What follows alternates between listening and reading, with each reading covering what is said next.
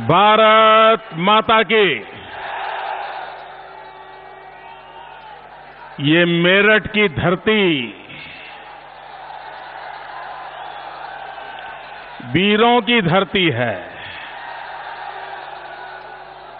बलिदानियों की धरती है।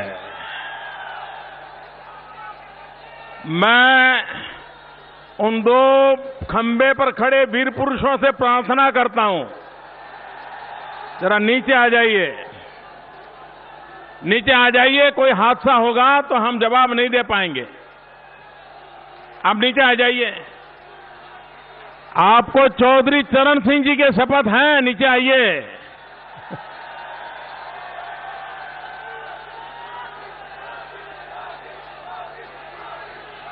मेरठ के लोग बहुत समझदार हैं। शाबाश। हाँ, आ जाओ, नीचे आ जाओ, आ जाओ, आ जाओ। शाबाश। हाँ, बहुत समझदार हो।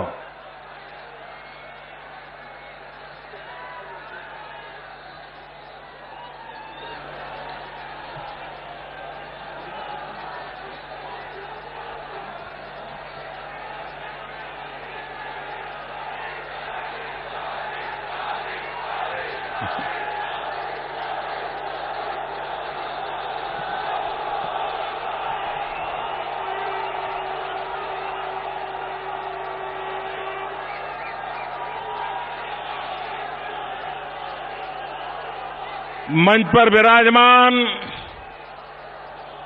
भारतीय जनता पार्टी के राष्ट्रीय अध्यक्ष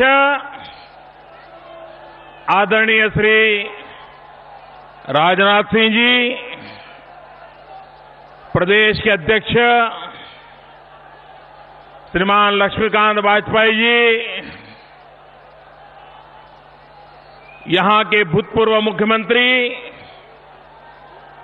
हमारे वरिष्ठ नेता आदरणीय कल्याण सिंह जी, श्रीमान कलराज मिश्रा जी, श्रीमान लालजी टंडन जी, श्री विनय कटियार जी, श्री सूर्य प्रताप शाही जी, श्रीमान हुकम सिंह जी, मंच पर विराजमान पार्टी के सभी वरिष्ठ नेतागण, सांसद महोदय, विधायक महोदय और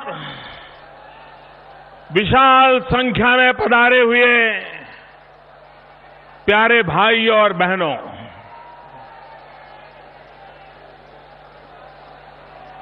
हम जब हेलीकॉप्टर में आ रहे थे तो ऐसा लग रहा था कि जैसे नीचे केसरिया समंदर लहरा रहा हो।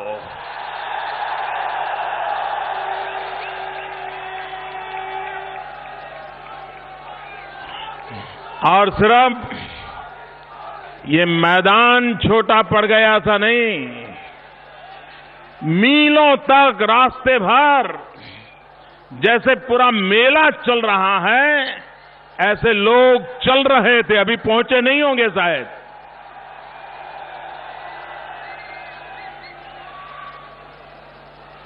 गोरखपुर की सभा के बाद मुझे पता चला था कि जो कार्यकर्ता नहीं पहुंच पाए थे, रात को 9 बजे पहुंचे थे और बहुत नाराज हो गए थे। मैं आज रास्ते पर जो भीड़ देखी थी उसे अनुमान करता हूं,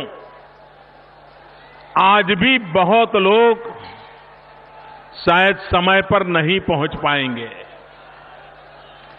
जो नहीं पहुंच पाएंगे उनसे मैं सबसे पहले क्षमा याचना कर रहा हूं, ताकि उनको नाराजगी का कोई अवसर न मिले।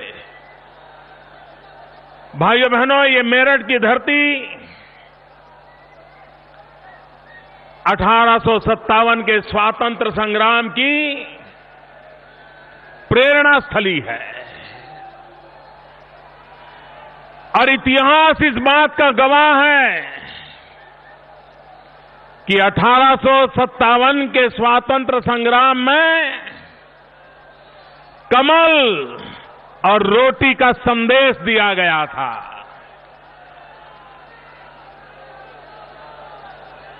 अब दोस्त आगे नहीं आ सकते, वहीं रुको भैया, वहीं रुको। आपका प्यार, आपका उत्साह, मैं आपका आभारी हूं। अपने आप को संभालो भैया।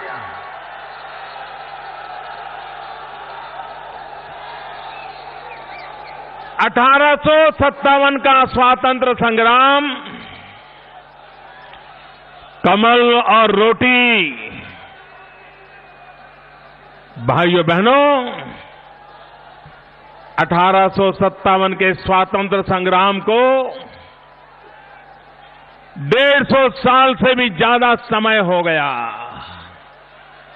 और 2014 में फिर एक बार गरीब के घर में रोटी के लिए कमल को लेकर के हमें आना है।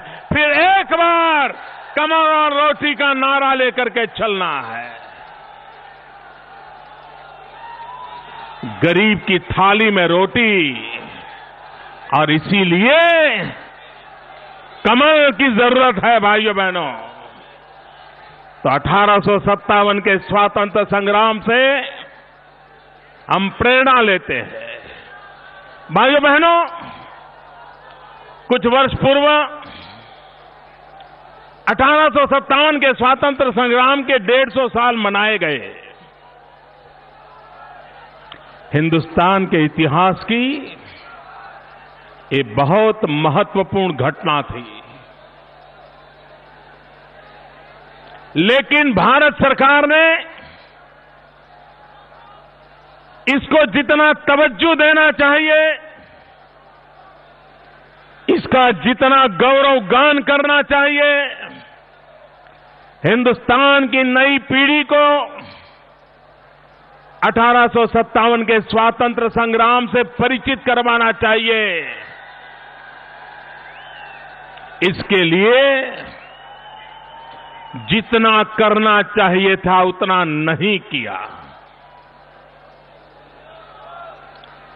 उन्होंने मेरठ में आकर के एक छोटा सा कार्यक्रम किया। देश को पता तक नहीं चला कि 1857 का स्वातंत्र संग्राम में देश को आजादी दिलाने के लिए कितने वीर पुरुषों ने बलिदान दिए थे। हिंदुस्तान के कोने कोने में, मेरठ जैसे अनेक नगरों में इतनी त्याग और बलिदान की गाथाएं भरी पड़ी थी। लेकिन कांग्रेस ने उस अवसर को भुला दिया। यूपीए सरकार ने उस अवसर को भुला दिया। और भुला क्यों दिया पता है भाइयों? क्यों भुला दिया मालूम है? उन्होंने इसलिए भुला दिया, अगर देश की जनता 1857 के त्याग और बलिदान की गाथा सुनेगी तो कांग्रेस की गाथाएं जो सुनाई जा रही है उस पर लोगों का भरोसा उठ जाएगा। उन्होंने पिछले 100 साल से देश में एक ऐसा झूठ फैलाया है कि सिर्फ कांग्रेस पार्टी ही आजादी के आंदोलन में बलिदान देती थी। वे औरों के बलिदान को न स्वीकार करना चाहते हैं, न सम्मान देना चाहते हैं। और इसीलिए 1857 के स्वातंत्र संग्राम के 150 वर्ष, देश के किसी भी जानकार कोने में जाके पूछो, कुछ हुआ था? लोगों को मालूम नहीं है। आप मुझे बताइए भाइयों बहनों, मुझे जवाब देंगे? जरा पूरी ताकत से बोलिए, जवाब देंगे? क्या ये शहीदों का अपमान नहीं है? क्या स्वातंत्र संग्राम का अपमान नहीं है? भाइयों बहनों, इस इलाके से मेरा बहुत सीधा नाता है, और सीधा नाता इस बात का है कि गुजरात के ही एक सपूत स्वामी दयानंद सरस्वती, उन्होंने इस भूमि को अपनी कर्म भूमि बनाया था। इस इलाके का कोई परिवार ऐसा नहीं होगा जिसके दिल में स्वामी दयानंद सरस्वती के लिए श्रद्धा न हो। और भाइयों बहनों, मैंने देखा है इतने वर्षों के बाद भी संस्कार के लिए, आदर्शों के लिए, सुचिता के लिए यहां के हमारे गरीब से गरीब परिवार के लोग हो, किसान हो, गांव के लोग हो, पढ़े लिखे हो, अनपढ़ हो, वे आज भी स्वामी दयानंद सरस्वती के प्रति अपार श्रद्धा रखते हुए अपने जीवन की रचना करते हैं। और इसलिए स्वामी दयानंद सरस्वती का जन्म जहां हुआ था, उस गुजरात की भूमि से आकर के मुझे उस महापुरुष को स्मरण करते हुए एक रोमांच होता है, गर्व की अनुभूति होती है। मित्रों, नौजवानों, मेरी आपसे प्रार्थना है, आप पुलिस के मित्रों को सहयोग करो। प्लीज मित्रों, प्लीज, आप प्लीज, आपका प्यार मेरे सर से आंखों पर सलाम।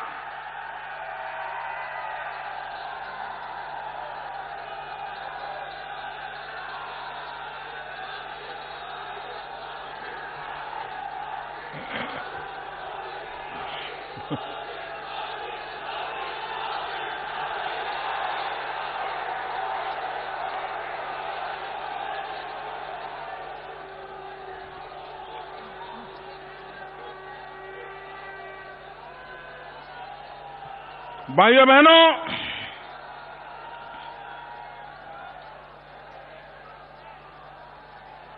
जिस प्रकार से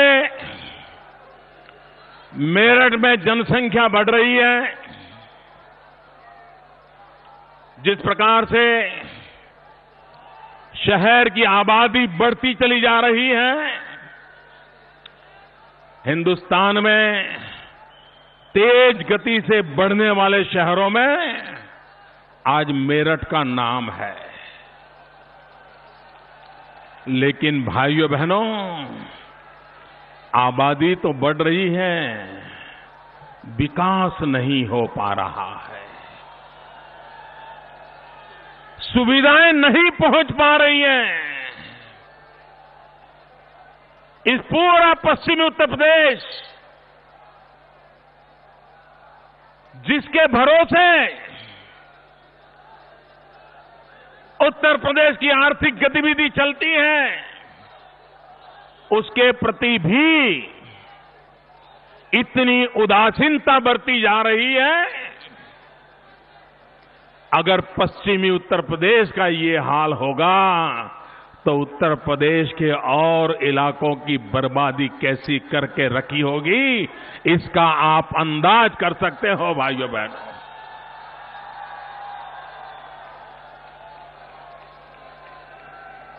मैं मेरठ के लोगों से पूछता हूं, भाइयों, आपको 24 घंटे बिजली मिलती है? मां बीमार हो, पंखा चलाना हो, बिजली आती है? बेटे को एग्जाम हो, रात को पढ़ना हो, बिजली आती है। आप मुझे बताइए भैया, अगर आपको ये बिजली भी नहीं दे पाते हैं, इतने सालों के बाद ये कुछ दे पाएंगे क्या? मित्रों, उत्तर प्रदेश में बिजली जाना ये समाचार नहीं है, बिजली आती है तो समाचार बन जाते हैं। बस में, ट्रेन में लोग चर्चा करते हैं कि भाई तुम्हारे यहां आई थी, तो दूसरा कहता नहीं यार, पिछले हफ्ते तो बिल्कुल नहीं आई। तो दूसरा कहता यार हमारे यहां मंगल को 2 घंटे के लिए आई थी। तो फिर कोई कहता है यार हमारे यहां कभी कभी शाम को 1 आध बार आ जाती है, लेकिन कहीं दिखती नहीं है।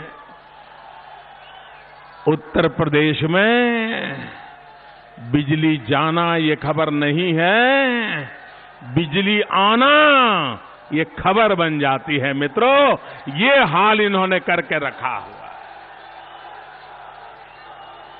जब हम लोगों को कहते हैं कि गुजरात में 24 घंटे बिजली मिलती है, 365 दिन मिलती है, तो लोग हमें पूछते हैं हफ्ते में कितने दिन मिलती है? मैं समझाता हूं 365 दिन मिलती है, उनके गले नहीं उतरता है, क्योंकि देश का इन्होंने हाल ऐसा करके रखा है कि किसी को भरोसा ही नहीं होता है कि विकास हो सकता है। भाइयों बहनों, ये देश बदला जा सकता है, ये देश में विकास हो सकता है, ये देश में नौजवानों को रोजगार मिल सकता है। लेकिन वो वादों से नहीं होता है, इरादों से होता है दोस्तों, इरादों से होता है। भाइयों बहनों, मेरठ ने 1857 का स्वातंत्र संग्राम का नेतृत्व किया। इसके कारण अंग्रेजों को बहुत गुस्सा था, और अंग्रेजों को इतना गुस्सा रहा, अंग्रेज जब तक हिंदुस्तान में रहे वे मेरठ को दुश्मन की नजर से ही देखते रहे। सारे देश में रेलवे का विकास हुआ, लेकिन मेरठ के इलाकों को जैसी चाहिए वैसी सुविधाएं अंग्रेज देने को तैयार नहीं थे, क्योंकि उनको वो गुस्सा था। लेकिन भाइयों बहनों, अंग्रेजों को तो मेरठ के लिए गुस्सा हो, लेकिन आजाद हिंदुस्तान की सरकार को वो कौन सा गुस्सा है कि मेरठ को अच्छे रास्ते न मिले, मेरठ को अच्छी रेलवे न मिले, मेरठ को एयरपोर्ट न मिले। ऐसा तो क्या गुनाह है मेरठ का कि उसको ये सुविधा न मिले। और केंद्र में मंत्री भी आप ही के इलाके के होने के बावजूद भी आपको एयरपोर्ट नहीं मिल रहा है। क्या मेरठ और दिल्ली के बीच एक्सप्रेस हाईवे नहीं हो सकता है? अटल जी ने सपना देखा था, 1999 में योजना बनी थी एक्सप्रेस हाईवे की, लेकिन यूपीए सरकार आने के बाद और ये सपा बसपा के झगड़ों के कारण आज मेरठ को विकास की ओर लाभ नहीं मिल रहा है। और इसलिए भाइयों बहनों, ऐसी सरकार जिसके पास विकास का दर्शन न हो, सिर्फ वोट बैंक की राजनीति हो, उनसे भला क्या होगा। भाइयों बहनों, आज जब उत्तर प्रदेश में गन्ने के किसानों की हाल देखते हैं, तो भाइयों बहनों बहुत ही चिंता होती है। क्या हाल करके रखा है गन्ने के किसानों का। 60 लाख से ज्यादा गन्ने के किसान पेट भर खाना खाने तक की कमाई नहीं कर पा रहे हैं।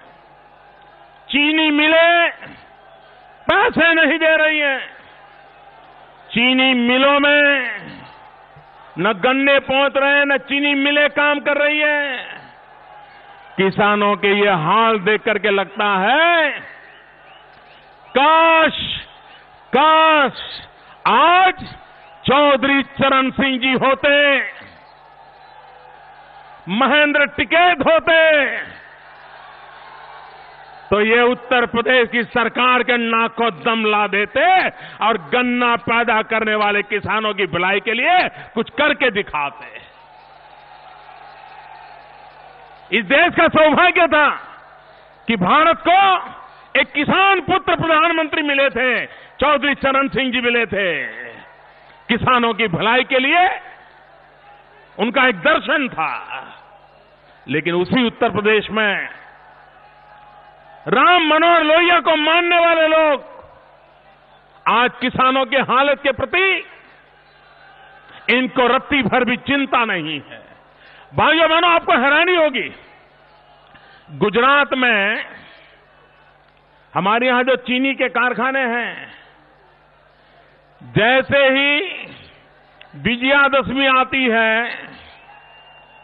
गन्ने की फसल तैयार हो जाती है, उसी दिन हमारे यहां चीनी के कारखाने चालू हो जाते हैं, गन्ने पहुंच जाते हैं, चीनी पैदा करने का काम शुरू हो जाता है और किसानों को पैसे मिल जाते हैं।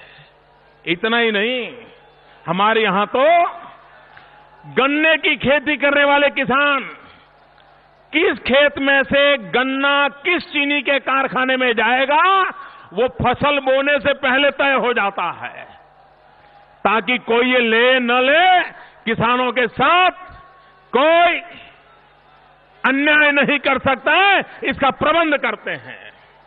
भाइयों बहनों, क्या कारण है कि उत्तर प्रदेश के किसान को उसकी गन्ने की खेती में ज्यादा पैदावार बढ़े, उत्पादन ज्यादा बढ़े, इसके लिए राज्य सरकार का इंटरवेंशन क्यों नहीं है? गुजरात में 10 साल पहले किसान जो फसल पैदा करता था गन्ने में, उसमें tissue culture, genetic engineering, drip irrigation, नई नई टेक्नोलॉजी किसान को मुहैया कराई और आज उसी 1 एकड़ भूमि में पहले वो जितना गन्ना पैदा करता था उससे कहीं पर 1.5 गुना, कहीं पर 2 गुना और कहीं पर 2.5 गुना गन्ना पैदा करने लगा है। इतना ही नहीं, पहले वो जितनी चीनी निकालता था उसका गन्ना, आज उससे 1.5 गुना चीनी निकालता है और उसके कारण चीनी के कारखाने उस किसान को ज्यादा पैसे दे सकते हैं। और भाइयों बहनों, गुजरात ने सहकारी आंदोलन को बल दिया है और उसके कारण हमारे यहां चीनी के कारखानों के मालिक किसान है, कोऑपरेटिव बेस पर चल रहा है। क्या भाइयों बहनों, मेरे उत्तर प्रदेश के किसान, गन्ना की खेती करने वाले किसान, क्या उनकी भलाई के लिए हम नई सोच के साथ आगे नहीं बढ़ सकते क्या? और इसलिए भाइयों बहनों, हम एक विश्वास लेकर के आए हैं, हम एक आश्वासन देने के लिए आए हैं। और भाइयों बहनों, हम वो कहते हैं जो करके दिखाया है और पूरे देश के किसानों की भलाई करने का रास्ता खोल सकते हैं, यह आपको मैं विश्वास दिलाता हूं। भाइयों बहनों, उत्तर प्रदेश की कानून व्यवस्था का क्या हाल है, किसी ने कल्पना की है? भाइयों, ऐसा लगता है उत्तर प्रदेश के राजनीतिक दलों के नाम बदल गए हैं। ये समाजवादी पार्टी नहीं है, ये समाज विरोधी पार्टी है, समाज विरोधी पार्टी।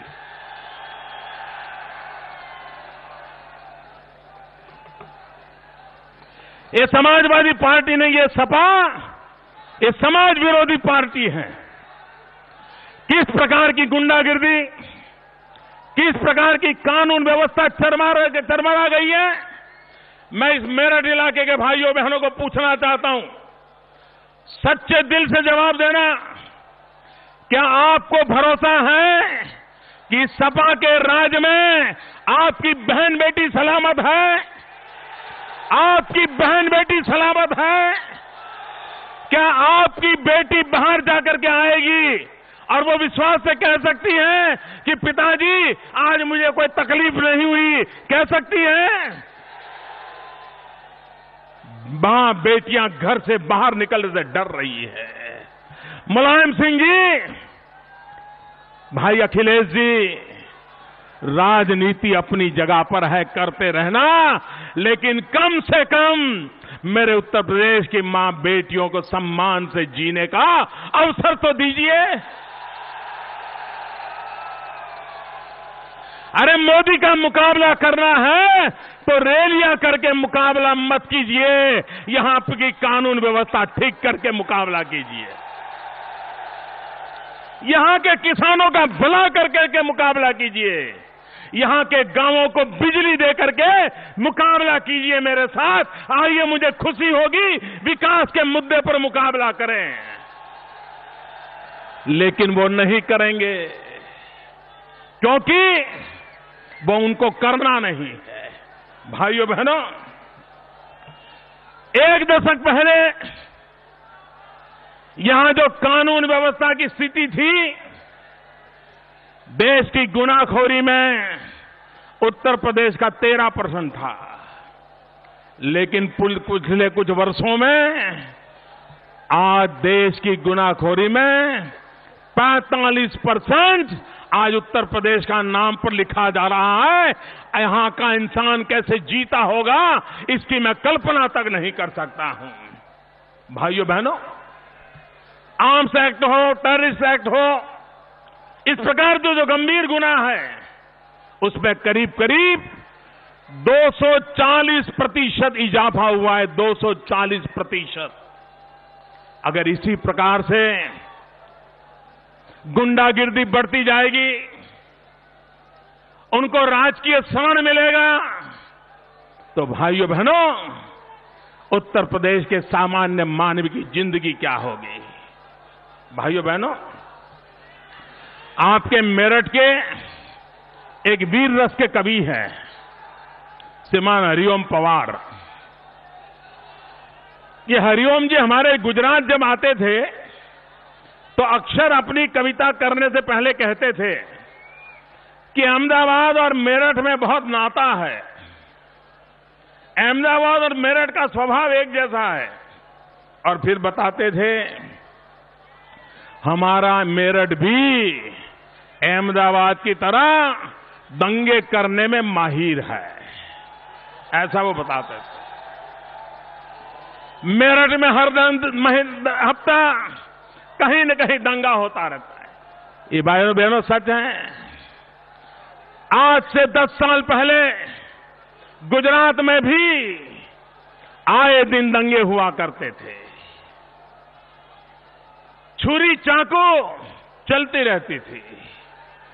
लेकिन भाइयों बहनों, गुजरात की जनता ने तय कर लिया, शांति, एकता और भाईचारे से जीना है, सद्भावना से जीना है, वोट बैंक की राजनीति से मुक्त होना है, विकास की राजनीति का रास्ता अपनाना है। और इसके कारण आज गुजरात दंगा मुक्त भी हो गया और विकास के राह पर चल पड़ा।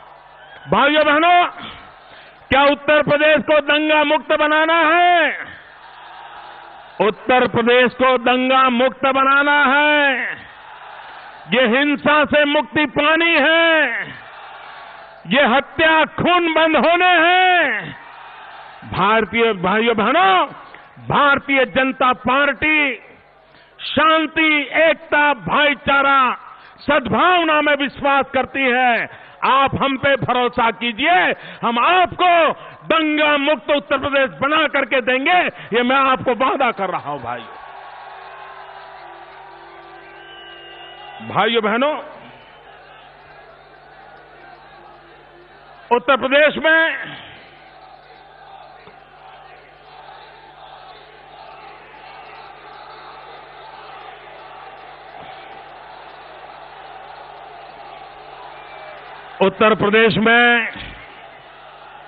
महिलाओं की सुरक्षा को लेकर के बहुत ही चिंता हो रही है भाइयों। ये नई सरकार आने के बाद पिछले 1 वर्ष में 1.5 लाख महिला उत्पीड़न की शिकायतें दर्ज हुई हैं। जो दर्ज नहीं हुई अलग, क्या ये शोभा देता है क्या? भाइयों बहनों, ये उत्तर प्रदेश का हाल है कि चीनी मिल मालिक जो हैं वो मस्त है, सरकार भ्रष्ट है और किसान पस्त है। और इसलिए भाइयों बहनों, ऐसी उत्तर प्रदेश की सरकार कभी किसी का भला नहीं कर सकती है। अभी 2 दिन पहले नेताजी ने एक भाषण किया। नेताजी ने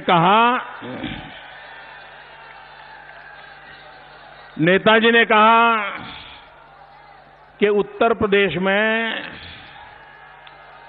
लोक कल्याण का बजट गुजरात के कुल बजट से भी ज्यादा है। कभी कभी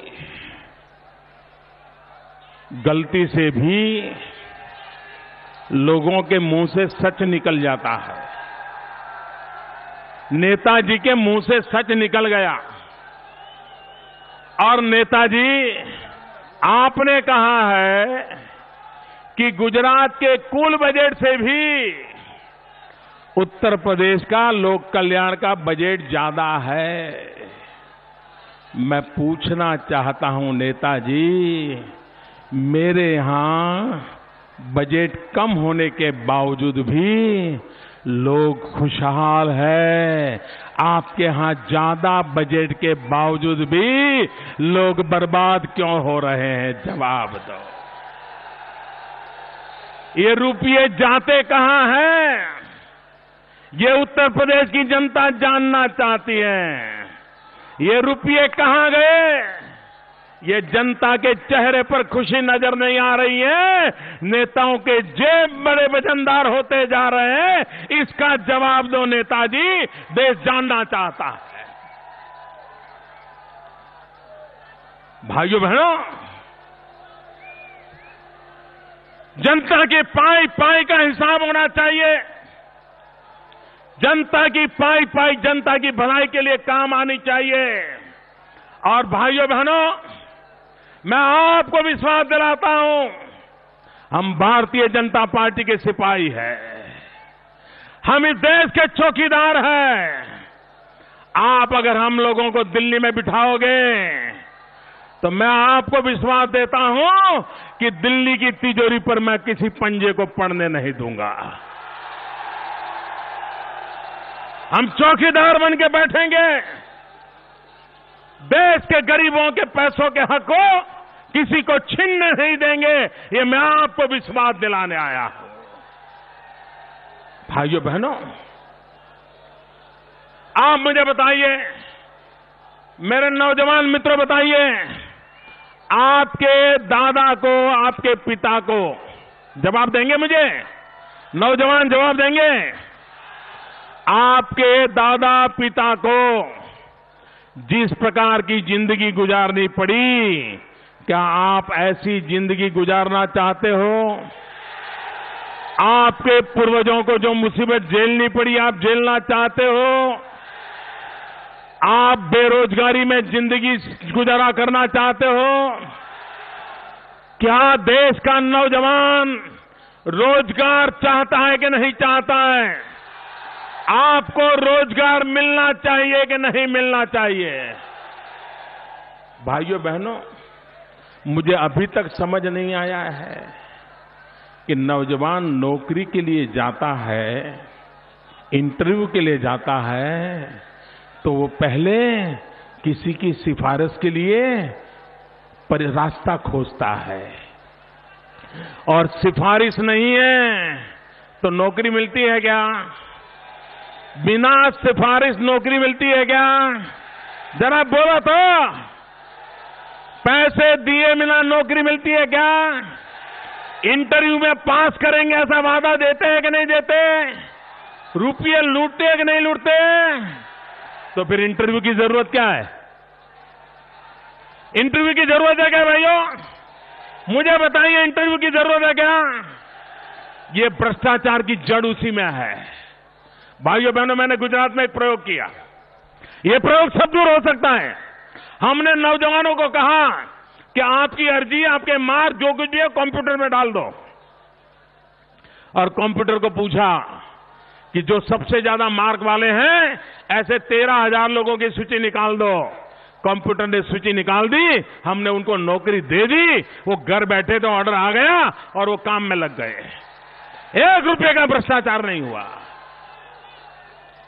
भाइयों बहनों, अगर भ्रष्टाचार से मुक्ति पानी है ना, तो रास्ते खोजो, रास्ते मिल जाएंगे। लेकिन ये रास्ते खोज रहे हैं घर भरने के, रास्ते खोज रहे हैं जेब भरने के, और इसी के कारण देश भ्रष्टाचार में डूबा हुआ है। भाइयों बहनों, मैं यहां आने से पहले यहां पर जो सरस्वती विद्या मंदिर है वहां जाने वाला था, लेकिन समय की देरी हुई तो हमने तय किया कि इस कार्यक्रम के बाद मैं उस सरस्वती विद्या मंदिर जाऊंगा। क्यों जा रहा हूं बताऊं आपको? मैं ये सरस्वती विद्या मंदिर चलाने वाले सभी महानुभावों का अभिनंदन करता हूं। वो एक ऐसा काम कर रहे हैं जिसके जानते ही हमारा माथा ऊंचा हो जाता है। ये सरस्वती विद्या मंदिर इसी मैदान में, इसी चौगान में हमारे जो नॉर्थ ईस्ट के बच्चे हैं, पूर्वांचल के जो बच्चे हैं, नागालैंड, मिजोरम, अरुणाचल प्रदेश, वहां के बच्चों को लाकर के यहां पर उनकी शिक्षा दीक्षा का काम करते हैं। आप देखिए, एक तरफ उन दूर सुदूर जंगलों में रहने वाले बच्चों को लाकर के उनकी परवरिश करना, उनकी शिक्षा दीक्षा का काम करना, ये हो रहा है, और दूसरी तरफ दिल्ली में मैडम सोनिया जी आपके नाक के नीचे अरुणाचल के एक बेटे को मौत के घाट उतार दिया जाता है।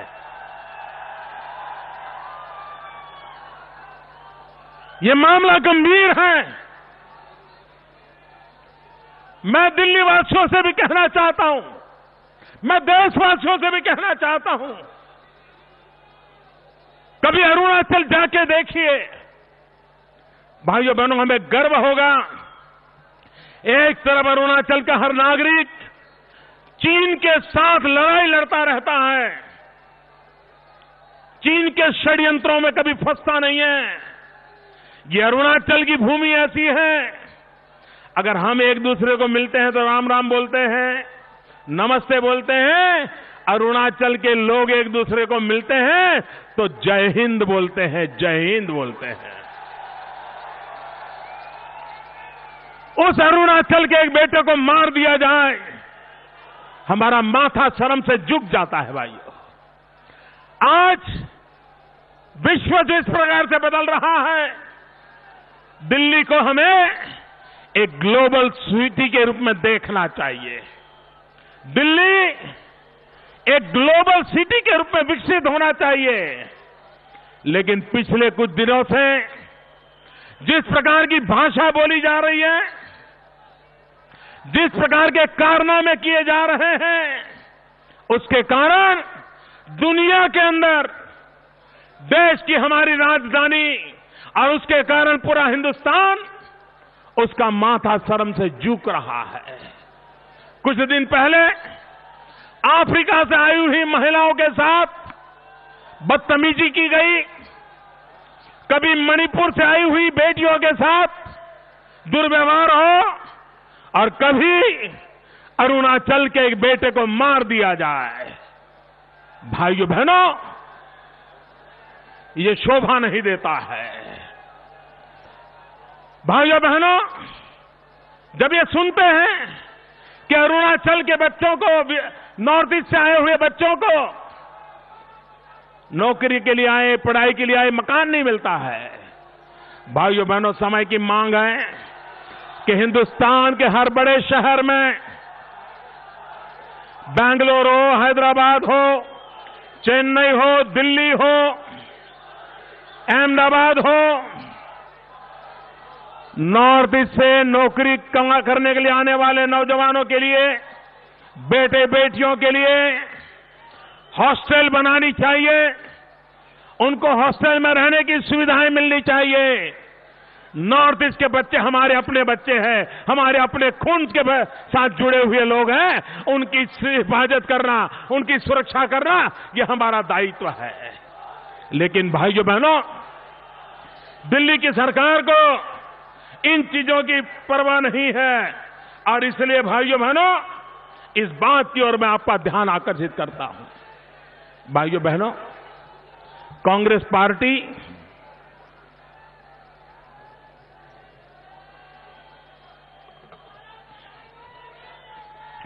ये कांग्रेस पार्टी को जरा समझने की जरूरत है भैया। आजकल उन्होंने एक नया राग आलापा है। देश जिन मुद्दों की चर्चा करता है, देश जिन मुद्दों के सवाल पूछता है, ये कांग्रेस पार्टी सवाल एक पूछो, जवाब दूसरा देती है। लोग सोनिया जी को पूछ रहे हैं कि किसान आत्महत्या क्यों कर रहा है, तो वो जवाब दे रही है कि लोग जहर की खेती कर रहे हैं, जहर की खेती कर रहे हैं। भाइयों बहनों, ये मैडम सोनिया जी ने आरोप लगाया है कि कुछ लोग जहर की खेती करते हैं। अब भाइयों बहनों, आप तय करिए। कुछ दिन पहले जयपुर में कांग्रेस का अधिवेशन था और वहां श्रीमान राहुल गांधी ने कहा था कि वो सुबह जल्दी जल्दी उठ करके अपनी मम्मी के कमरे में गए थे, मम्मी से मिले थे, तो मम्मी ने कहा था कि बेटा, सत्ता जहर होती है। कहा था ना, मैडम सोनिया जी ने राहुल जी को कहा था ना कि सत्ता जहर होती है। कहा था, कहा था। आप मुझे बताइए, सबसे ज्यादा सत्ता पर कौन रहा? देश में पिछले 60 साल में सबसे ज्यादा सत्ता पर कौन रहा? कौन रहा? अगर सत्ता जहर है तो सबसे ज्यादा ये जहर चखने का काम किसने किया? ये किसके पेट में जहर गया? किसका पेट जहर से भरा पड़ा है? ये जहर कौन उगल रहा है? ये जहर कौन उगल रहा है? ये जहर की फसल कौन काट रहा है? ये जहर कौन बो रहा है? भाइयों बहनों, ये कांग्रेस पार्टी का चरित्र है। कांग्रेस पार्टी एक विभाजनकारी पार्टी है। कांग्रेस पार्टी ये विघटनकारी पार्टी है। कांग्रेस पार्टी तोड़ो और राजनीति करो, वोट बैंक की राजनीति करो, एक संप्रदाय को दूसरे संप्रदाय से लड़ाओ, एक जाति को दूसरी जाति से लड़ाओ, एक राज्य को दूसरे राज्य से लड़ाओ। ये कांग्रेस का जहर बोने का काम है। आपको मैं उदाहरण देता हूं। हमारे उत्तर प्रदेश में से अटल बिहारी वाजपेयी ने उत्तराखंड बनाया।